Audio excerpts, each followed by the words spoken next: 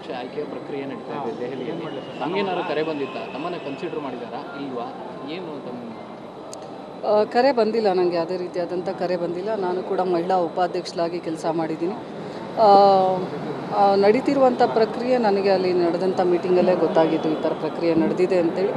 ಕಳೆದ 2 ವರ್ಷದಿಂದನೂ ಕೂಡ ನಾನು ಮಹಿಳಾ ಕಾಂಗ್ರೆಸ್ ಅಧ್ಯಕ್ಷೆಯ ಸ್ಥಾನಕ್ಕೆ ಪ್ರಬಲವಾದಂಥ ಆಕಾಂಕ್ಷಿ ಅಂತೇಳಿ ನಾನು ಹೇಳ್ತಾ ಬಂದಿದ್ದೀನಿ. ಜೊತೆಗೆ ನನಗೆ ಪಾರ್ಲಿಮೆಂಟ್ ಟಿಕೆಟ್ ಮಿಸ್ ಆದಾಗ ಕೂಡ ಸಭೆಯನ್ನು ಮಾಡಿದಾಗ ನಾವು ಇಟ್ಟಂಥ ಬೇಡಿಕೆ ಒಂದು MLCಯನ್ನು ನೀಡಬೇಕು, ಇಲ್ಲಾಂದರೆ ಮಹಿಳಾ ಕಾಂಗ್ರೆಸ್ನ ಅಧ್ಯಕ್ಷೀಯ ಸ್ಥಾನಮಾನವನ್ನು ನೀಡಿ ಅನ್ನೋಂಥ ಬೇಡಿಕೆಯನ್ನು ನಾವು ಇಟ್ಟಿದ್ವಿ.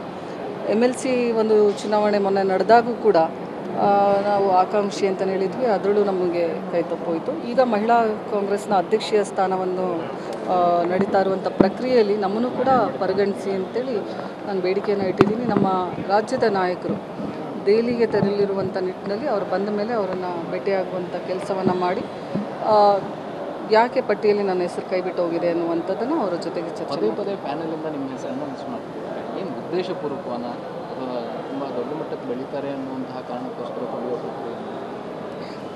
ಇದು ನನಗೂ ಅರ್ಥ ಆಗಲಾರ್ದ ಪ್ರಶ್ನೆ. ಯಾಕಂದರೆ ಇವತ್ತು ಪಾರ್ಲಿಮೆಂಟ್ ಚುನಾವಣೆವರೆಗೂ ಅಭ್ಯರ್ಥಿ ಅಂತೇಳಿ ಪರಿಗಣಿಸಿ ಕೊನೆ ಕ್ಷಣದಲ್ಲಿ ನನಗೆ ಟಿಕೆಟ್ ಕೈ ತಪ್ಪಿದ್ದನ್ನು ಎಲ್ಲರಿಗೂ ಗೊತ್ತಿರುವಂಥ ವಿಷಯನೇ.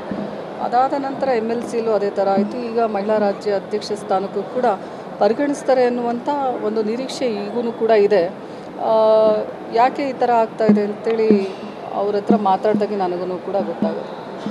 ನಿಮ್ಮ ಬೇಡಿಕೆಗಳು ಯಾಕೋ ನಾಯಕರಿಗೆ ತಲುಪ್ತಾ ಇಲ್ಲ, ಯಾಕೆ ಅಂದರೆ ಇದು ಜಾಣಕ್ಕೆ ಕೂಡ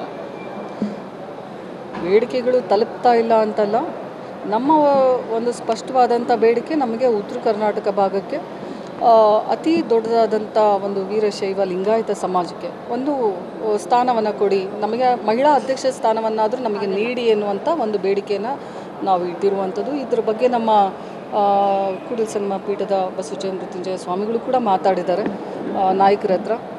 ಇದ್ರ ಬಗ್ಗೆ ನಾನು ಹಲವಾರು ನಮ್ಮ ನಾಯಕರುಗಳ ಹತ್ರನೂ ಕೂಡ ನಾನು ಇದ್ರ ಬಗ್ಗೆ ಪ್ರಸ್ತಾವನೆಯನ್ನು ಮಾಡಿದ್ದೀನಿ. ಕಾದು ನೋಡಬೇಕು ಏನಾಗುತ್ತೆ ಅಂತೇಳಿ.